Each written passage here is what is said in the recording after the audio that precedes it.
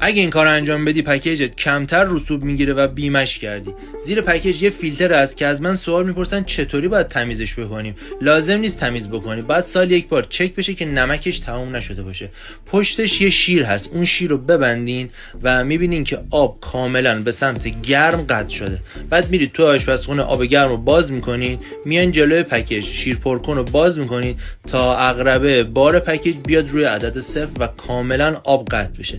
وقتی که آب قطع شد، حالا باید فیلتر رو باز بکنین و میبینید توش یه استوانه است که نمک توش بوده و تموم شده. میبرین و عینش رو میخرین و میایین میذارین سر جاش و میبندینش. سعی کنید وقتی که بستینش کامل سفت کنید که از اطرافش آب نیاد و نشتی نداشته باشه. همین با دستم سفت کنید کافیه، نیاز به آچار نداره. بعد پشت شیر رو باز میکنید، صبر میکنید تا عقربه بار پکیج بیاد روی عدد 1.5. وقتی که اومد روی عدد 1.5 شیر پرکن رو میبندین و پکیج رو روشن میکنید. اگر این آموزش به کارتون اومد منو فالو کنید و برای دوستاتون بفرستید.